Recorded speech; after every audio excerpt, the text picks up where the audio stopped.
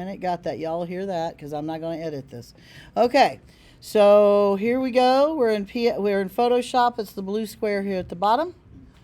We open it up. You have your basic dialog box and new file is here. This is what you want to open. This is to set up your background file, okay? I want you to name it something like your name, your first initial and last name, and like ID, identification. All right, we want inches, not pixels. That should look like something you recognize. The width is 2.25 by 3.63. All right, and the resolution should be 300 because we're going to print. The color mode should be CMYK, again, because we're going to print. The white background is good, and the color profile and pixel, don't worry about that, all right? That's not your pay grade, as it were. All right, so we're going to create, and that gives you your background. Now, I already explained that you had to have your picture somewhere that you could access it, and I'm going to use a different picture from what I'm not going to use my picture because I don't have one. Okay, so I'm going to use somebody else's picture. What you do, though, is you want to open the picture. You do File, Open, and you navigate to your desktop if that's where it is, a folder if that's where it is. You can't get your drive. It won't let you go into your drive, so you have to get it onto the computer to get to it. And then I'm going to go, actually, these were yearbook folks. And I used hers last time. Let's see who I got. Let's do Amari. Y'all know Amari? He'll love that. Okay? Do not. Okay. So, all right, maybe not. All right, so let's do somebody else's. I knew you were, see? No, dude. I'm not going to let you do that. I know. I was going to show him later. I'd rather me tell him than you tell him. All right, that's all right. All right, she won't care though. All right, we'll go back to Autumn. She know it. All right, so this is your picture. Hopefully a nice headshot. You might want to crop it and get excess stuff. Cropping is about removing excess stuff. This is the crop tool. You pull on the handles and you kind of want the eyes on that top line. All right, and then you want to kind of center them up there and hit return. This is to fit inside the ID, so it's going to be smaller than the ID. You want to go image size. And so this says, are you in the picture alone? Okay.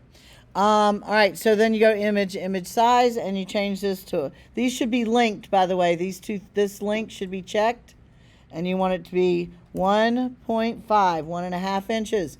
What this is really doesn't matter. You've got plenty of room up and down. And then you want to change this to 300. Resolution should be 300. Time out. You guys are on recording right now, so please watch what you're saying out loud. All right, if it looks really small like this, Command 0, right? And now it's just fine. Now you want to get your Move tool, top left on your toolbox. If for whatever reason you do not see your tools, you go to Window, and the tools right here should be checked. If it's not checked, check it, and you will have your tools. All right, Move tool. Then you have two tabs up here. One is your ID background, and one is the picture. You're going to grab the picture tab up here and pull it straight down to about an inch below the banner, and you have the picture separated. I will tell you, if you click anywhere else without dragging it over, it disappears.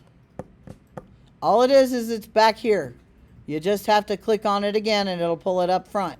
While you have it up front and you have your Move tool right here, grab somewhere in the face, it doesn't matter, on the picture, and drag it to the white area and let go. Don't let go till you're in the white area. Notice the pink line? It showed you weren't. Because of my thing disappeared. So then you just pull it over, and you want to adjust it a little bit higher than center because you're going to put your name up top and 2 lines below. You can put a border if you like by double clicking see the layer palette over here? You double click in the gray area beside the words and you get the layer effects. A stroke in graphic design is a border. They call it a stroke.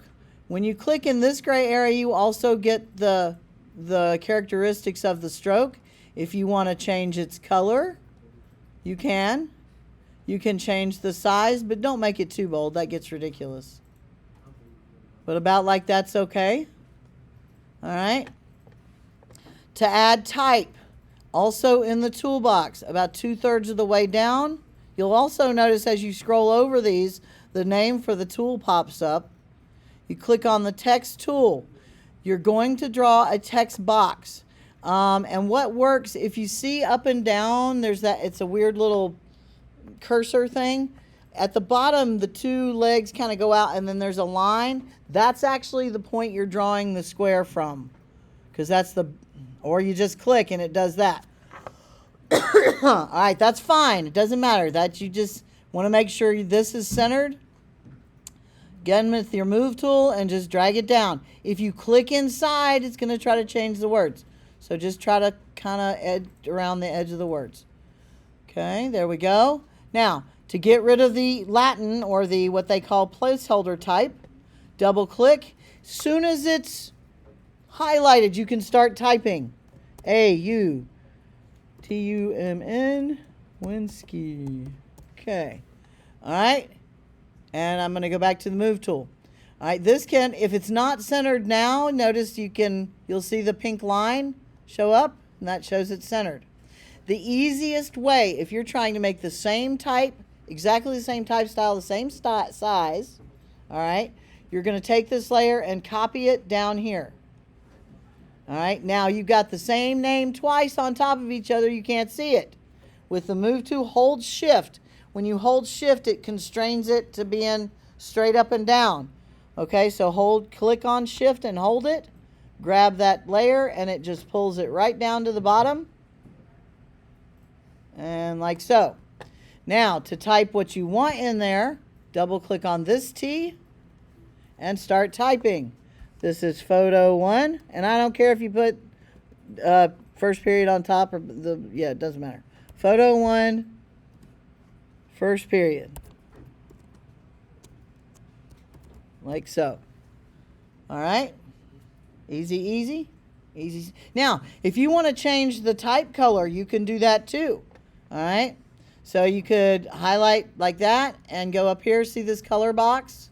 And if you want it to be the same color as the border, did you see the eyedropper? You can go pick up another color off of here. See how it matches now? Same with this one. Double click, go to the color, come back in and eyedropper, and now it'll match. Okay? So when you have completed your ID, which should look relatively similar to this, this is the information people need to know when they see you walking down the hall outside of class. Okay? So you're going to go here and file. This is what I was talking about. Some of them save as have JPEG in there. Sometimes it doesn't. So the easiest way at this point is to do save a copy. You have to save it on your computer and save it on your computer. Then you get to something you may recognize. You're going to select the desktop so it's easy to find. And then you're going to select JPEG. So that's the format I wanted to see it in, JPEG. And hit save. Yes, and if you have done it twice like I have, it now says, are you going to replace this or what are you doing? So yes, I'm going to replace it. All right. And hit OK. All right. So now I'm trying to close it. It's saying you go, but I just saved it. No, you saved a copy of a JPEG. Now it's asking you to save the Photoshop file. What if you need to change it? Now, obviously about this, you don't, but for other things, you might want to change it later. So you might want to save that also on your computer. And like I said, you're welcome to make a file folder on the desktop that you can save it in. All right, because and I'm going to replace that one too, okay? And I'm not going to save that. I don't want the original to change. All right. Do I need to put in here how to demonstrate, how to get uploaded to Canvas? Are you guys good with that? Good with Canvas. Okay. So there we stop.